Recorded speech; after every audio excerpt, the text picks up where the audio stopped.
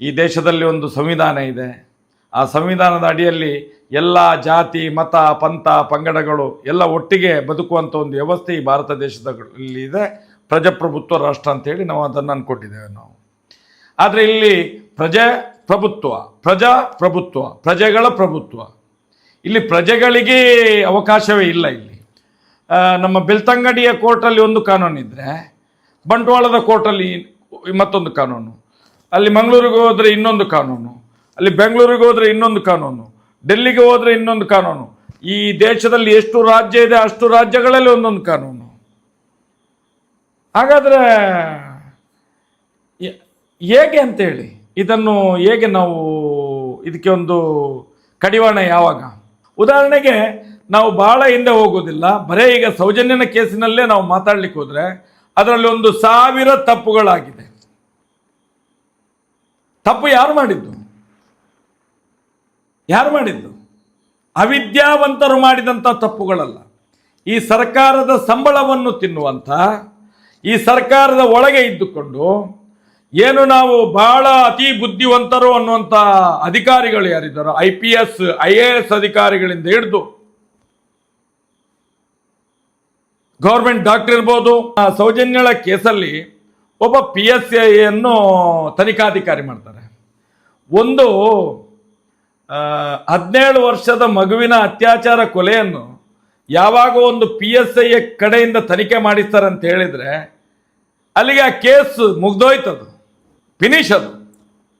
ಇದು ಉದ್ದೇಶಪೂರ್ವಕವಾಗಿ. ಯಾಕೆ ಹೈಯರ್ ಆಫೀಸರ್ಗಳು ಇಲ್ವಾ? ಈ ರಾಜ್ಯದಲ್ಲಿ ಈ ಜಿಲ್ಲೆಯಲ್ಲಿ ಆಗ ಇದ್ದಂಥ SP ಅವನೇನು ತಲೆ ಕೆಟ್ಟ SP ಅವನು? ಒಂದು IPS IAS ಅಧಿಕಾರಿ ಅಲ್ವ ಅವನಿಗೆ ಗೊತ್ತಿರಬೇಕಲ್ಲ. ಅವನಿಗೆ ಒಂದು PSIಗೆ ಎಷ್ಟು ಜ್ಞಾನ ಇದೆ, ಯಾವ ರೀತಿಯಲ್ಲಿ ತನಿಖೆ ಮಾಡಬೇಕು, ಯಾವ ರೀತಿಯಲ್ಲಿ ಅದನ್ನು ಫೋರೆನ್ಸಿಕ್ ಲ್ಯಾಬ್ಗೆ ಕಳಿಸಬೇಕು. ಡಾಕ್ಟರ್ಗಳು, ನುರಿತ ಡಾಕ್ಟರ್ಗಳಿದ್ರು. ಡಾಕ್ಟರ್ ಆದಮ್ ಅಂತ ಹೇಳಿ ವಯಸ್ಸಾದ ಒಬ್ಬ ಡಾಕ್ಟರ್ ಪೂರ್ತಿ ಫೋರೆನ್ಸಿಕ್ ಲ್ಯಾಬಿಗೆ ಕಳಿಸುವಂತ ಎಲ್ಲ ಒಂದು ದಾಖಲೆಗಳನ್ನು ನಾಶ ಮಾಡಿದ್ದಾರೆ. ಬಾಡಿಯಿಂದ ತೆಗೆದಿದ್ದಾರೋ ಇಲ್ಲೋ ಗೊತ್ತಿಲ್ಲ, 4 ಡಬ್ಬೆಯಲ್ಲಿ ಕೊಂಡೋಗಿದ್ದಾರೆ. ಪೋಸ್ಟ್ ಮಾರ್ಟಮ್ ಮಾಡಿ 4 ಡಬ್ಬೆಯಲ್ಲಿ ತುಂಬಿಸ್ಕೊಂಡು ಹೋಗಿದ್ದಾರೆ. ಆ ಡಬ್ಬ ಎಲ್ಲಿ ಹೋಗಿದೆ ಅಂತ ಗೊತ್ತಿಲ್ಲ. 12 ದಿವಸದ ಮೇಲೆ ಅದನ್ನು ಫೋರೆನ್ಸಿಕ್ ಲ್ಯಾಬಿಗೆ ಕಳಿಸ್ತಾರೆ. ಎಂಥ ಒಂದು ದುರ್ದೈವ ಅಂತ ಹೇಳಿದರೆ, ಆ ಹೊತ್ತಿನಲ್ಲಿ ಅಷ್ಟು ಜೋರಾಗಿ ಪ್ರತಿಭಟನೆಗಳಾಗ್ತಿದ್ವು. ಯಾರಾದರೂ ಕೇಳಲಿಕ್ಕೆ ಹೇಳಲಿಕ್ಕೆ ಯಾರೂ ಇಲ್ಲ, ಪ್ರತಿಭಟಿಸಲಿಕ್ಕೆ ಯಾರೂ ಇಲ್ಲ ಅಂತ ಹೇಳಿದರೆ ಒಂದು ರೀತಿಯಲ್ಲಿ ಅವರಷ್ಟಕ್ಕೆ ಅವ್ರು ಮಾಡ್ಕೊಂಡು ಹೋಗೋದು ಅಂತ ಹೇಳಿ. ಇಲ್ಲಿ ಯಾವಾಗ 17 ವರ್ಷದ ಮಗು ಮಿಸ್ಸಿಂಗ್ ಆಗಿದೆ 9/10/2012 ಸಾಧಾರಣ 5-5:30 ಗಂಟೆಗೆ ಆ ಮಗುವನ್ನು ಹುಡುಕಲಿಕ್ಕೆ ಪ್ರಾರಂಭ ಆಗ್ತದೆ. 6 ಗಂಟೆ ಮೇಲೆ ಅಲ್ಲೊಂದು 300-400 ಜನ ಸೇರ್ತಾರೆ ಆ ಭಾಗದಲ್ಲಿ, ಆ ಧರ್ಮಸ್ಥಳದಲ್ಲಿ. ಅಲ್ಲಿಂದ ಪೂರ್ತಿ ಪ್ರತಿಭಟನೆ ನಡೀತಾನೇ ಇರ್ತದೆ. ಮನೆಯವರು ಕಂಪ್ಲೇಂಟ್ ಮೇಲೆ ಕಂಪ್ಲೇಂಟ್ ಕೊಡಲಿಕ್ಕೆ ಸ್ಟೇಷನ್ಗೆ ಹೋಗ್ತಾನೇ ಇರ್ತಾರೆ. ಮನೆಯವ್ರದ್ದು ಕಂಪ್ಲೇಂಟ್ ಇವತ್ತಿನ ತನಕವೂ ಕೂಡ ಕಂಪ್ಲೇಂಟ್ ತಗೊಳ್ಳಿಲ್ಲ. ಇವತ್ತಿನ ತನಕ ಮನೆಯವರ ಎತ್ತವರ ಅಲ್ಲ, ಅಪ್ಪ ಅಮ್ಮನಿಂದ ಒಂದೇ ಒಂದು ಕಂಪ್ಲೇಂಟ್ ಈ ಹೊತ್ತಿನ ತನಕ ತಗೊಳ್ಳಿಲ್ಲ. ತೋರಿಸ್ಲಿ ಅವರು ಆವತ್ತು ಬರ್ದಿಟ್ಟಂತ ಕಂಪ್ಲೇಂಟ್ ಕೂಡ ಅವರ ಮನೆಯಲ್ಲೇ ಇರ್ಬೋದು. ಇದು ಈಗ ಹುಡುಕಿದ್ರೆ ಎಲ್ಲಾದ್ರೂ ಒಂದು ಪುಸ್ತಕದ ಮಧ್ಯೆ ಎಲ್ಲಾದ್ರೂ ಒಂದು ಕಡೆಯಲ್ಲಿ ಇರ್ಬೋದು. 2-3 ಸಲ ಬರ್ಕೊಂಡು ಹೋಗಿದ್ದಾರೆ. ಅದು ಬರ್ದದ್ದು ಸರಿ ಇಲ್ಲ, ಇದು ಬರ್ದದ್ದು ಸರಿ ಇಲ್ಲ, ಇದು ಬರ್ದದ್ದು ಸರಿ, ಅದು ಬರ್ದದ್ದು ಸರಿ ಇಲ್ಲ ಅಂತೇಳಿ. ಮತ್ತೆ ಯಾರೋ ಸಂಬಂಧಿಕರ ಕೈಯಿಂದ ಮಿಸ್ಸಿಂಗ್ ಆಗಿದೆ ಅಂತೇಳಿ ಒಂದು ಕಂಪ್ಲೇಂಟ್ ತಗೊಂಡಿದ್ದಾರೆ ಫಸ್ಟಿಗೆ. ಅದು ಬಿಟ್ಟರೆ ಯಾವುದೇ ಕಂಪ್ಲೇಂಟ್ ತಗೊಳ್ಳೋದಿಲ್ಲ. ಅದರ ಮೇಲೆ ಎಲ್ಲ ಆಯ್ತು, ಸಂಬಂಧಿಕರೆಲ್ಲ ರಾಜಕೀಯದವರು ಬರ್ತಾರೆ, ಬಂದು ಆ ಕೇಸನ್ನು ಪೂರ್ತಿ ನಾಶ ಮಾಡಿ ಬಾಡಿ ಸಿಕ್ಕಿ ಒಂದು 7-8 ಗಂಟೆ ಒಳಗೆ ಪೋಸ್ಟ್ ಮಾರ್ಟಮ್ ಮಾಡಿ ಅದನ್ನು ಒತ್ತಿಸಿ ಆ ಬಾಡಿ ಆದ್ರೂ ಹಾಗೆ ಊತಾಕಿದ್ರೆ ಇವತ್ತಾದ್ರೂ ಎತ್ತಿ ಅದನ್ನು ತನಿಖೆ ಮಾಡಬಹುದು. ಅದನ್ನು ಕೂಡ ಸುಟ್ಟಾಕಿದ್ರು. ಇದೇ ಪೊಲೀಸ್ನವ್ರು ನಿಂತು ಮಾಡಿದ್ದಿದೆ. 100% ಎಲ್ಲ ಸಾಕ್ಷ್ಯಗಳನ್ನು ನಾಶ ಮಾಡಿ ಆವತ್ತೇ ಮುಗಿಸಿಬಿಟ್ಟಿದ್ದಾರೆ 2 ದಿವಸದಲ್ಲಿ. 2 ದಿವಸದಲ್ಲಿ ನಾವು ಎಂತೆಂಥ ಘಟನೆಗಳನ್ನು, ಎಷ್ಟೆಷ್ಟೋ ವರ್ಷದ ಮೇಲೆ ಶಿಕ್ಷೆ ಆದ ಘಟನೆಗಳನ್ನು ನೋಡ್ತಾ ಇದ್ದೇವೆ. ಇದು ಆ ಧರ್ಮಸ್ಥಳ ಗ್ರಾಮದಲ್ಲಿ ನಮಗೆ ಡೌಟ್ ಏನು ಗೊತ್ತಾ, ಸೌಜನ್ಯಳ ಕೇಸಿನ ಹಿಂದೆ ಪ್ರಥಮತವಾಗಿ ವೇದವಲ್ಲಿದ್ದು ಅದಕ್ಕಿಂತ ಮೊದಲು ತುಂಬ ಆಗಿದೆ. ಅದೇ ರೀತಿ ಡಾಕ್ಟರ್ ಅರಳೆ ಅಂತ ಇದ್ರು, ನಮ್ಮ ಉಜಿರೆಯಲ್ಲಿ ಅವರು ಸರ್ಕಾರಿ ಡಾಕ್ಟರ್ ಆಗಿದ್ರು. ಇಡೀ ಊರಿಗೆ ಅವರು ಒಂದು ದೇವರಿದ್ದಾಗಿದ್ರು. ಅವರ ಹೆಂಡತಿ ಅದೇ SDM ಶಾಲೆಯಲ್ಲಿ ಮುಖ್ಯ ಶಿಕ್ಷಕಿ ಆಗಿದ್ದವರು. ಅವ್ರದ್ದು ಕೊಲೆ ಆದಾಗ ಕೂಡ ಕೊಲೆ ಆಗಿ ಅವ್ರ ಮೇಲೆ ಸುಸೈಡ್ ಮಾಡ್ಕೊಂಡ್ರು ಅಂತೇಳಿ ಇಲ್ಲ, ಅವರನ್ನು ಅತ್ಯಾಚಾರ ಮಾಡಿ ಅವ್ರ ಮೇಲೆ ಪೆಟ್ರೋಲ್ ಸುರಿದು ಅವರ ಮನೆ ಒಳಗಡೆ ಸುಟ್ಟಾಕಿದ್ದಾರೆ. ಅದರಲ್ಲಿ 2 ಮಕ್ಕಳು ನೋಡಿದ್ದಾರೆ, 2 ಮಕ್ಕಳನ್ನು ಕೊಂದು ಬಿಟ್ಟಿದ್ದಾರೆ. ಒಂದು ಬ್ರಾಹ್ಮಣ ಫ್ಯಾಮಿಲಿ ಈಗಲೂ ಕೂಡ ಇದೆ, ಉಜಿರೆಯಲ್ಲೇ ಇದ್ದಾರೆ. ಅವ್ರಿಗೊಂದು ಅಂಬಾಸೆಡರ್ ಗಾಡಿ ಕೊಟ್ಟಿದ್ದಾರೆ. ಆಗ ಬಾಯಿ ಬಿಚ್ಚಬೇಡ, ತಂದೆಯೇ ಕೊಲೆ ಮಾಡಿದ್ದಾರೆ ಮಗಳನ್ನು, ಸಾಕ್ಷಿ ಹೇಳ್ತಾಳೆ ಅಂತೇಳಿ. ಸಣ್ಣ ಮಗುವನ್ನು ಡಾಕ್ಟರ್ ಅರಳೆ ವೇದವಲ್ಲಿಯವರ ಏನು ಸಾವಾಗ್ತದಲ್ಲ, ಅದರಲ್ಲಿ 2 ಮಕ್ಕಳಿದ್ದು ಕೊಲೆ ಆಗ್ತದೆ. ಸಾಕ್ಷಿಗಳು, ಐ ವಿಟ್ನೆಸ್ಗಳು. ಅದರ ಮೇಲೆ ಪದ್ಮಲತಾ 53 ದಿನ ಆ ಮಗುವನ್ನು ಅದು ಕೂಡ 17 ವರ್ಷದ ಮಗು, ಅದನ್ನು ಅತ್ಯಾಚಾರ ಮಾಡಿ ಎಷ್ಟೋ ದಿವಸ ಅತ್ಯಾಚಾರ ಮಾಡಿ 53 ದಿವಸದ ಮತ್ತೆ ಹೊಳೆಯಲ್ಲಿ ಬಾಡಿ ಸಿಗ್ತದೆ. ಡಬಲ್ ಮರ್ಡರ್, ಸೌಜನ್ಯಳ ಕೇಸ್ ಆಗೋದಕ್ಕಿಂತ 20 ಸುಮಾರು 20 ದಿವಸದ ಹಿಂದೆ. ಅದರಲ್ಲೂ ಕೂಡ Vedavalli C report, Padmalatha C report, double murder ಸೌಜನ್ಯಗಿಂತ 20 ದಿವಸ ಆಗಿರೋಂಥ ಅದು ಸಿ ರಿಪೋರ್ಟು. ಎಲ್ಲ ಕಡೆಗಳಲ್ಲಿ ಬೊಟ್ಟಿದ್ದದ್ದು ಏನು ಈಗ ಸಮಾಜ ಹೇಳ್ತದೆ ಅವರ ಮೇಲೆ ಬೊಟ್ಟಿರುವಂಥದ್ದು, ಅದೆಲ್ಲ ಕೇಸ್ಗಳು ಸಿ ರಿಪೋರ್ಟ್. ಅದು ಹಿಂದೂಗಳ ದೇವಸ್ಥಾನ, ಇವತ್ತು ಅನ್ಯರ ಪಾಲಾಗಿದೆ. ಅದು ಡಾಕ್ಯುಮೆಂಟ್ ಕೂಡ ಮಂಜುನಾಥ ದೇವರು ಅಂತ ಇದ್ದದ್ದು ಒಂದು ವ್ಯಕ್ತಿಯ ಹೆಸರಿಗೆ ಪರಬರೆ ಆಗಿದೆ. ಹೇಗೆ ಪರಬರೆ ಆಗೋದು? ಸರ್ಕಾರದ ಭೂಮಿ, ಸರ್ಕಾರದ ದೇವಸ್ಥಾನ, ಎಂಡೋಮೆಂಟ್ ದೇವಸ್ಥಾನ ಹೇಗೆ ಪರಬರೆ ಆಗೋದು? ಆಯ್ತಪ್ಪ, ನನ್ನ ಹತ್ರ ಸ್ವಂತ ದೇವರು ನನ್ನ ಹೆಸರಿಗೆ ಮಾಡಿಕೊಡಿಯಪ್ಪ. ಈ ಕಾನೂನು ನೋಡಿ, ಈ ಸರ್ಕಾರಗಳಿದ್ದಾವಲ್ಲ ಪಾಪಿಗಳು, ಅದೊಂದು ದೇವಸ್ಥಾನ ಮತ್ತೊಂದು 1-2 ದೇವಸ್ಥಾನ ಹೇಗೆ ಸ್ವಂತಕ್ಕೆ ಆಯ್ತು? ಇವರಿಗೆ ಯಾರು ದೇವಸ್ಥಾನ ಮಾಡಿಕೊಟ್ರು ಅವ್ರದ್ದು ಆಯ್ತು, ಇವ್ರದ್ದು ಆಯ್ತು ಸ್ವಂತಕ್ಕೆ, ಸ್ವಂತ ಪ್ರೈವೇಟ್ ಅಂತ ಹೇಳಿ. ಅದು ಹೇಗೆ ಆಗೋದು? ಒಂದು ಸಲ ಸರ್ಕಾರಿ ದೇವಸ್ಥಾನ ಅಂತ ಇದ್ದದ್ದು ಇನ್ನೊಬ್ಬನ ಹೆಸರಿಗೆ ಹೇಗೆ ಆಗೋದು? ಹೇಗೆ ಆಗೋದು? ಅದು ಸರ್ಕಾರದ ಆಸ್ತಿ ಅಲ್ವಾ? ತುಂಬ ದೇವಸ್ಥಾನ ನಮ್ಮ ದಕ್ಷಿಣ ಕನ್ನಡ ಜಿಲ್ಲೆಯಲ್ಲಿ 360ಕ್ಕಿಂತ ಅಧಿಕ ದೇವಸ್ಥಾನದವರು ಅವತ್ತು ಕೋರ್ಟಿಗೆ ಹೋಗಿದ್ರು, ನಮ್ದನ್ನು ಹೀಗೆ ಮಾಡಿ ಕೊಡಿ ನಮಗೆ ಅಂತೇಳಿ. ಕೊಡ್ಲಿಲ್ಲ. ಯಾಕೆ ತಂದು ಕೊಡ್ಲಿಲ್ಲ?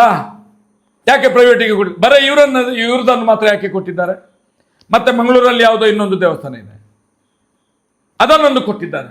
ಅದು ಪೂರ್ವಜರ ಕಾಲದಿಂದಲೂ ಅವರ ಹೆಸರಲ್ಲಿ ಇದ್ದಂಥದ್ದು. ಇದು ಅಲ್ಲ, ಇದು ಹಿಂದೂಗಳ ದೇವಸ್ಥಾನವನ್ನು ಅಲ್ಪಸಂಖ್ಯಾತರು ನಡೆಸುವಂಥದ್ದು. ಅವರ ಹೆಸರಿಗೆ ಅದನ್ನು ವರ್ಗಾವಣೆ ಮಾಡಿಕೊಂಡಿದ್ದಾರೆ, ಪಾಣಿಪತ್ರವನ್ನೇ ವರ್ಗಾವಣೆ ಮಾಡಿಕೊಂಡಿದ್ದಾರೆ, RTCಯನ್ನು. ಹೇಗೆ ಆಗುವುದು? ಇದನ್ನು ಯಾರು ಕೇಳಲಿಕ್ಕಿಲ್ವಾ? ಅತ್ಯಾಚಾರ ಆದರೆ ಕೇಳಲಿಕ್ಕಿಲ್ವಾ? ಹಿಂದೂಗಳ ದೇವಸ್ಥಾನವನ್ನು ಒಳಗೆ ಹಾಕಿದರೆ ಕೇಳಲಿಕ್ಕಿಲ್ವಾ? ಮತ್ತೆ ಇಲ್ಲಿಂದ ಎದ್ದು ಅಲ್ಲಿ ಅಯೋಧ್ಯೆಯಲ್ಲಿ ರಾಮ ಮಂದಿರ ನಮ್ಮದು ನಮ್ಮದು ಅಂತ ಹೇಳ್ತಾರಲ್ಲ, ಹಾಗಾದ್ರೆ ಮಂಜುನಾಥ ನಮ್ಮದಲ್ವಾ? ನಮ್ಮದಲ್ವಾ? ನಾನು ಕೇಳುವಂಥದ್ದು, ಆ ಗ್ರಾಮದಲ್ಲಿ ಏನು ಅದು ಈ ದೇಶದೊಳಗೆ ಇಲ್ವಾ? ಭಾರತ ದೇಶದೊಳಗೆ ಇಲ್ವಾ? ಅದೇನು ಆ ನಿತ್ಯಾನಂದ ಅಂತ ಹೇಳುವ ಒಬ್ಬ ಸ್ವಾಮಿ ಏನೋ ಈಗ ಒಂದು ದ್ವೀಪವನ್ನು ತಗೊಂಡು ಅವಂದೇ ಒಂದು ರಾಜ್ಯಭಾರ ಮಾಡ್ತಾರೆ, ಹಾಗೇನಾದರೂ ಇದೆಯಾ? ಅದು ನೋಡಿ, ಅಲ್ಲಿ D ನಂಬರ್ ಧರ್ಮಸ್ಥಳದಲ್ಲಿ D ನಂಬರ್ ಅಂತ ಹೇಳಿದ್ರೆ ಅವರು ಮಾತ್ರ ಅಲ್ಲಿ ಬಾಡಿಗೆ ಮಾಡಿ, ಹೊರಗಿಂದ ಯಾರು ಆ ಗ್ರಾಮದವ D ನಂಬರ್ ಇದ್ರೆ ಮಾತ್ರ, ಆ ಗ್ರಾಮದವನು ಕೂಡ ಅಲ್ಲಿ D ನಂಬರ್ ಇಲ್ಲ ಇದ್ರೆ ಅಲ್ಲಿ ಬಾಡಿಗೆ ಮಾಡಲಿಕ್ಕಿಲ್ಲ. ಹೇಗೆ ಸ್ವಾಮಿ ಇದು? ಹೇಗೆ ಇದು? ಅತ್ಯಾಚಾರ ಮಾಡಿದ್ರೆ ಕೇಳಲಿಕ್ಕಿಲ್ಲ. ಇಡೀ ಒಂದು ಆಡಳಿತೆಯೇ ಅವರ ಕೈಯೊಳಗೆ. ಪಾಪಿಸ್ಟ್ರು ಇರೋದಿಲ್ಲ. ಒಂದು ಕಡೆಯಲ್ಲಿ ನಾನು ಹೇಳೋದು, ಅವರಿಗೆ ಇವರ ಕೈಯಲ್ಲಿ ಸಿಕ್ಕಾಕೊಂಡಿದ್ದಾರೆ ಈಗ ರಾಜಕೀಯ ವ್ಯಕ್ತಿಗಳು, ಎಲ್ಲ ಪಕ್ಷದವರು, ಕಾಂಗ್ರೆಸ್ನವನು, JDSನವನು, BJPಯವನು, ಎಲ್ಲರೂ ಕೂಡ ಇವರ ಕಪಿ ಮುಷ್ಟಿಯಲ್ಲಿ ಸಿಕ್ಕಾಕೊಂಡಿದ್ದಾರೆ. ಯಾಕಂತ ಹೇಳಿದ್ರೆ ಇವರೆಲ್ಲರನ್ನು ಒಂದು ಬ್ಲ್ಯಾಕ್ ಮೇಲ್ ತರ ಇಟ್ಕೊಂಡಿದ್ದಾರೆ. ಇವತ್ತು ಒಬ್ಬ ಸಿಕ್ಕಾಕೊಂಡ್ರೆ ಎಲ್ಲರೂ ಸಿಕ್ಕಾಕೊಳ್ತಾರೆ ಇದರಲ್ಲಿ. ನಾಳೆ ಈ ದೇಶದ ಕಾನೂನು ಕೇಳಿಯೇ ಕೇಳ್ತದೆ, ರಾಜ್ಯಭಾರ ಮಾಡಿದಂತ ಎಲ್ಲಾ ರಾಜ್ಯಕ್ಕೆ ಪಕ್ಷದ ಲೀಡರ್ಗಳನ್ನು ಕೇಳ್ತದೆ, ನೀವೇನು ಕಣ್ಣು ಮುಚ್ಕೊಂಡಿದ್ದೀರ ಅಂತೇಳಿ. ನಾವು ಇವತ್ತೆದ್ದದ್ದು ಯಾಕಂತ ಹೇಳಿದ್ರೆ, ಇನ್ನು ಇಷ್ಟು ಆದ ಮೇಲೆ ಕೂಡ ನಾವು ಕೇಳದಿದ್ದೆ, ಪ್ರಜೆಗಳು ಕೂಡ ಮೂಕ ಯುಷ್ಮಿತರಾಗಿ ಕೂತ್ಕೊಂಡಿದ್ದಾರಲ್ಲ, ಇನ್ನು ಇದನ್ನು ನಮಗೆ ಬರಬಾರ್ದು. ಆ ದೃಷ್ಟಿಯಿಂದ ನಾವು ಎದ್ದು ಇವತ್ತು ಪ್ರತಿಭಟನೆಗೆ ಪ್ರಾರಂಭ ಮಾಡಿದ್ದೇವೆ. ನಿಮಗೆ ಈಗ ತೋರುವುದು 12-13 ವರ್ಷದಿಂದ ಅಂತೇಳಿ, ನಾವು ಕಳೆದ 25 ವರ್ಷದಿಂದ ಅವರ ಏನು ದಬ್ಬಾಳಿಕೆ ದೌರ್ಜನ್ಯ ಇದೆಲ್ಲ ಅದರ ವಿರುದ್ಧ ಸೆಟೆದು ನಿಂತಿದ್ದೇವೆ. ಕಳೆದ 25 ಸ್ವತಂತ್ರ ಬಂದಾಗ ಕೂಡ ಬ್ರಿಟಿಷರು ಬರುವಾಗ ಬ್ರಿಟಿಷರಿಂದ ಒಂದು ಸ್ಥಾನಿಕ ಬ್ರಾಹ್ಮಣರ ಕೈಯಿಂದ ಕಿತ್ತು ಇವರಿಗೆ ಕೊಟ್ಟಂತ ದೇವಸ್ಥಾನ. ಹೆಚ್ಚಂದ್ರೆ ಹಬ್ಬ ಬಂದರೆ ಹೇಳಿದ್ರೆ ಒಂದು 200-250 ವರ್ಷದ ಕೆಳಗಿನಿಂದ ಈ ದೇವಸ್ಥಾನಕ್ಕೆ ಬಂದವರು. ಕತೆ ಹೇಳಿದ್ರೆ 2000 ವರ್ಷ, 3000 ವರ್ಷ, 800 ವರ್ಷ, 600 ವರ್ಷ ಏನೇನೋ ಮಾತಾಡ್ತಾರೆ. ಅಲ್ವೇ ಅಲ್ಲ, ಅಲ್ವೇ ಅಲ್ಲ. ನಾನೇ ಹೇಳುವಂಥದ್ದು, ಇದರಲ್ಲಿ ನಾವು ಸೌಜನ್ಯ ಒಂದು ಕಾರಣ ಮಾತ್ರ. ಅವಳು ಶಕ್ತಿ, ಅವಳು ದೇವಿ ಶಕ್ತಿ. ಅವಳು ಯಾವಾಗ ಹಿಂದೂಗಳ ದೇವಸ್ಥಾನ ಅನ್ಯರ ಕೈವಶ ಆಯ್ತಾ, ಆವಾಗಲೇ ಆ ಮಂಜುನಾಥ ಸ್ವಾಮಿ ಅಣ್ಣಪ್ಪ ತೀರ್ಮಾನ ಮಾಡಿದ್ದಾರೆ, ಒಂದು ಕಾಲಘಟ್ಟದಲ್ಲಿ ಈ ದೇವಸ್ಥಾನ ಹಿಂದೂಗಳ ಕೈಗೆ ಆಗ್ಬೇಕಾದ್ರೆ ಎಂಥದ್ದಾದ್ರೂ ಒಂದು ಮಹತ್ತರವಾದ ಒಂದು ಬೆಳವಣಿಗೆ ಆಗ್ಬೇಕು ಅಂತ ಹೇಳಿ, ಆ ಬೆಳವಣಿಗೆ ಸೌಜನ್ಯ ಗ್ರಾಮದಲ್ಲಿ ಹುಟ್ಟಿರುವಂಥದ್ದು. 2013ರಿಂದ ಹೇಳ್ತಾ ಬರ್ತಾ ಇದ್ದೇನೆ, ಅವಳು ದೇವಿ ಮಹಾಕಾಳಿ, ರಕ್ತ ಕುಡಿತಾಳೆ ಬಿಡುವುದಿಲ್ಲ. ಇವತ್ತದು ಸತ್ಯ ಆಗ್ತಾ ಇದೆ. ಇವತ್ತು ಜನಗಳು ಯಾವ ರೀತಿ ಹೇಳ್ತಾ ಇದ್ದಾರೆ ಅಂತ ಹೇಳಿದ್ರೆ, ಬರೇ ಸೌಜನ್ಯ ಮಾತ್ರ ರಕ್ತ ಕುಡಿಲಿಕ್ಕೆ ಮಹಾಕಾಳಿಯ ರೂಪದಲ್ಲಿ ಎದ್ದಿರುವುದಲ್ಲ, ಜನಸಾಮಾನ್ಯರ ರಕ್ತ ಇರಲಿಕ್ಕೆ ಸನ್ನದ್ಧರಾಗ್ತಾ ಇದ್ದಾರೆ. ಇದೆಲ್ಲ ಅನಾಹುತ ಆಗುವುದಕ್ಕಿಂತ ಮೊದಲು ಸರ್ಕಾರಗಳು ಎಚ್ಚೆತ್ತುಕೊಳ್ಬೇಕು, ಅಧಿಕಾರಿಗಳು ಎಚ್ಚೆತ್ತುಕೊಳ್ಬೇಕು. ಈ ದೇಶದ ಕೇಂದ್ರದ ರಾಜ್ಯದ ಇಂಟೆಲಿಜೆನ್ಸ್ ಗುಪ್ತಾಚಾರ ಇಲಾಖೆ ಸರಿಯಾದ ಮಾಹಿತಿಯನ್ನು ಕಲೆ ಹಾಕಬೇಕು. ಬರೇ ಬೊಗಳೆ ಬಿಡುವುದಲ್ಲ. ಏನಾಗ್ತಾ ಇದೆ ಸ್ವಾಮಿ, ಏನಾಗ್ತಾ ಇದೆ ಆ ಧರ್ಮಸ್ಥಳ ಗ್ರಾಮದಲ್ಲಿ, ಏನಾಗ್ತಾ ಇದೆ ಎಲ್ರಿಗೂ ತಿಳಿಬೇಕಿದು. ನಾವಂತೂ ಸುಮ್ಮನೆ ಕೂತ್ಕೊಳ್ಳೋರಲ್ಲ. ಆ ಮಂಜುನಾಥ ಸ್ವಾಮಿ, ಆ ಅಣ್ಣಪ್ಪ ದೇವರು ನಮಗೆ ಶಕ್ತಿಯನ್ನು ಕೊಟ್ಟಿದ್ದಾರೆ. ಅವರ ಚಾಕ್ರಿಯನ್ನು ಮಾಡ್ತಾ ಇದ್ದೇವೆ ನಾವು. ಅಣ್ಣಪ್ಪನಿಗೆ ರಸ್ತೆಗೆ ಬರಲಿಕ್ಕೆ ಆಗುವುದಿಲ್ಲ, ಮಂಜುನಾಥ ದೇವರಿಗೆ ರಸ್ತೆಗೆ ಬರಲಿಕ್ಕೆ ಆಗುವುದಿಲ್ಲ. ಸನಾತನ ಹಿಂದೂ ಧರ್ಮದ ನಾಯಕರು ಕುಲಗೆಟ್ಟು ಕೆರ ಹಿಡಿದು ಸತ್ತೋಗಿದ್ದಾರೆ. ನಾನು ಹೇಳೋದು, ಮಹೇಶ್ ಶೆಟ್ಟಿ ತಿಮ್ಮರಡಿ ಒಬ್ಬ ಹಿಡಿತಾನೆ. ಆಯ್ತಪ್ಪ, ಕಳೆದೊಂದು 5-6-3-4 ತಿಂಗಳಿಂದ ನಾವು ಮಾತಾಡ್ತಿಲ್ಲ. ನಮ್ಮಷ್ಟಕ್ಕೆ ಹೋರಾಟವನ್ನೊಂದು ಮುನ್ನೆಲೆಗೆ ತಂದು ಕೂತ್ಕೊಂಡು ನೋಡ್ತಾ ಇದ್ದೇವೆ. ಬರೇ ಒಂದು ವಿಡಿಯೋದಿಂದ ಇಡೀ ರಾಜ್ಯ, ರಾಷ್ಟ್ರ, ವಿಶ್ವದಲ್ಲಿ ಇವತ್ತು ಈ ಪ್ರಕರಣದ ಬಗ್ಗೆ ಮಾತಾಡಲಿಕ್ಕೆ ಶುರುವಾಯ್ತಲ್ಲ. ಏನಂತ ತಿಳ್ಕೊಂಡಿದ್ದಾರೆ ಇವರೆಲ್ಲ? ಇದು ಅಣ್ಣಪ್ಪನ ಸತ್ಯ, ಅಣ್ಣಪ್ಪ ಸ್ವಾಮಿಯ ಸತ್ಯ. ಇದು ಮಂಜುನಾಥ ಸ್ವಾಮಿಯ ಧರ್ಮ. ಇದು ಆ ಮಣ್ಣು ಬಿಡುವುದೇ ಇಲ್ಲ. ಮತ್ತು ಶಿಕ್ಷೆ ಹೇಗೆ ಅಂತ ಹೇಳಿದ್ರೆ, ಒಬ್ಬ ಯಾರಾದ್ರೂ ಅನ್ಯಾಯ ಮಾಡಿದವ ಸತ್ರೆ ಶಿಕ್ಷೆ ಅಲ್ಲ, ಅದು ಶಿಕ್ಷೆ ಅಲ್ಲ. ತಕ್ಷಣ ಪ್ರಾಣ ಹೋಗಬಾರ್ದು. ರಕ್ತದಲ್ಲಿ ಕೀವು ಆಗಬೇಕು. ರಕ್ತದಲ್ಲಿ ಕೀವು ಆಗಿ ಅದರಲ್ಲಿ ಹುಳ ಆಗಿ ಸಾಯ್ಬೇಕು.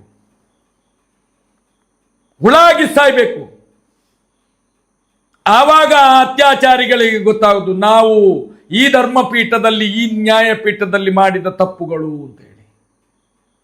ನೋಡಿ, ಉದಾಹರಣೆಗೆ ನಮಗೆ ಸುಳ್ಳು ಹೇಳಿ ನಮ್ಗೆ ಏನಾಗ್ಲಿಕ್ಕಿಲ್ಲ. ನಾನು ಕೇಳುವಂತ, ನನ್ನ ದೇವಸ್ಥಾನ ಅದು, ಮಂಜುನಾಥ ನನ್ನದು.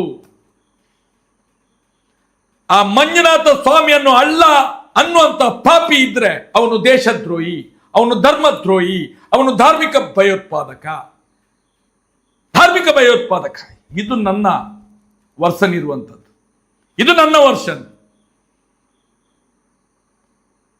ಯಾಕೆ ಧರ್ಮಸ್ಥಳ ಗ್ರಾಮದಲ್ಲಿ ಬರೇ ಹಿಂದೂ ಹೆಣ್ಮಕ್ಳ ಅತ್ಯಾಚಾರ ಆಗ್ತದೆ, ಕೊಲೆ ಆಗ್ತದೆ? ಯಾಕೆ ಆಗ್ತದೆ?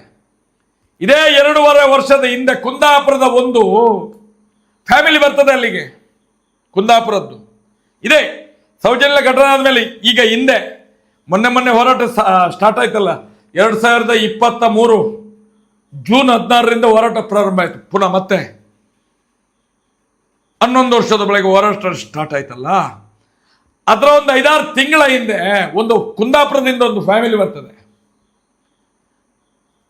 ಬಂದಂತ ಮಗು ಅಲ್ಲಿ ಒಂದು ಹೆಣ್ಣು ಮಗು ಅಲ್ಲಿ ಮೈನೇರಿತಾಳೆ. ಇಂದಿನ ಕಾಲದಿಂದಲೂ ನಡ್ಕೊಂಡು ಬಂದಂತ ಪದ್ಧತಿ. ಅಲ್ಲಿ ಬಂದು ಮೈನೇರಿದ್ರೆ ಅಲ್ಲಿ ಹುಡುಗಿಯರ ಹೆಣ್ಣು ಮಕ್ಕಳನ್ನ ಅಲ್ಲಿ ಬಿಟ್ಟು ಹೋಗ್ಬೇಕು ಅಂತ ಹೇಳಿ, ಅದು ಪ್ರಚಲಿತದಲ್ಲಿ ಇಲ್ಲ. ಅದು ಇದು 2.5 ವರ್ಷದ ಹಿಂದೆ ಆ ಮಗು ಮೈನೇರಿತದೆ. ಇವರು ಮನೆಯವರು ಹೋಗಿ ಅಣ್ಣಪ್ಪ ಸ್ವಾಮಿಯ ಮಂಜುನಾಥ ದೇವರ ಒಂದು ಜಾಗದಲ್ಲಿ ಮೈನೇರಿದ್ರೆ ಏನು ಮಾಡ್ತಾರೆ? ಪಾಪ ಹೋಗಿ ಅಲ್ಲಿ ಇನ್ಕ್ವೈರಿ ಆಫೀಸಲ್ಲಿ ಹೇಳ್ತಾರೆ. ಅವ್ರು ಹೇಳ್ತಾರೆ ನೇರವಾಗಿ ಅಲ್ಲಿಯ ಮುಖ್ಯಸ್ಥರಿದ್ದಲ್ಲಿಗೆ ಕಳಿಸ್ತಾರೆ. ಅವ್ರು ಹೇಳ್ತಾರೆ ಇಲ್ಲೇ ಬಿಟ್ಟು ಹೋಗಿ ಅಂತ ಹೇಳಿ, ಒಂದಷ್ಟು ಸಮಯ ಇಲ್ಲಿ ಇರಲಿ, ಮತ್ತೆ ಬಂದು ಕರ್ಕೊಂಡು ಹೋಗಿ ಅಂತ ಹೇಳಿ. ಕಳೆದ 2 ವರ್ಷಗಳಿಂದ ಅಲ್ಲಿ ಬಂದು ಇವರು ಮಗಳನ್ನು ಕೇಳ್ತಾರೆ. ಮಗಳು ಎಲ್ಲಿಲ್ಲ ಅಂತ ಗೊತ್ತಿಲ್ಲ, ಎಲ್ಲಿ ಹೋಗಿದ್ದಾಳೆ, ಏನಾಗಿದ್ದಾಳೆ. ಮೊನ್ನೆ ನಮ್ಮವರು ಹೋಗಿದ್ದಾರೆ ಕುಂದಾಪುರಕ್ಕೆ, ಹೋಗಿ ಕಳೆದ 5-6 ತಿಂಗಳ ಹಿಂದೆ ಎಲ್ಲ ಹೋಗಿ ಮಾತಾಡ್ಕೊಂಡೆಲ್ಲ ಬಂದಿದ್ದಾರೆ. ಮನೆಯವರು ಬಾಯಿ ಬಿಡ್ಲಿಕ್ಕೆ ತಯಾರಿಲ್ಲ ಪಾಪ. ಸಮಯ ಬಂದಾಗ ನಾವು ಎದುರು ಬಂದು ನಿಲ್ತೇವೆ ಅಂತ ಹೇಳಿದ್ದಾರೆ. ಇಂಥ 1000 ಉದಾಹರಣೆಗಳಿದ್ದೇವೆ ಸ್ವಾಮಿ ನಮ್ಮ ಹತ್ರ, 1000 ಸಾಕ್ಷಿಗಳಿದ್ದಾರೆ ನಮ್ಮ ಹತ್ರ. ನಾವು ಈ ದೇಶದ ಕಾನೂನಿಗೆ ಹೇಳ್ತೇವೆ, ಉಚ್ಚ ನ್ಯಾಯಾಲಯಕ್ಕೆ ಹೇಳ್ತೇವೆ, ನಮ್ಗೊಂದು ಅವಕಾಶ ಮಾಡಿಕೊಡಿ. ಐ ವಿಟ್ನೆಸ್ಗಳು ಬೇಕಲ್ಲ, ಐ ವಿಟ್ನೆಸ್ಗಳು. ಕಣ್ಣು ಬಿಟ್ಟರೆ ಸಾಕು, ಕಣ್ಣನ್ನೇ ಕಿತ್ತು ತೆಗೆಯುವಂತ ಈ ಅತ್ಯಾಚಾರಿಗಳು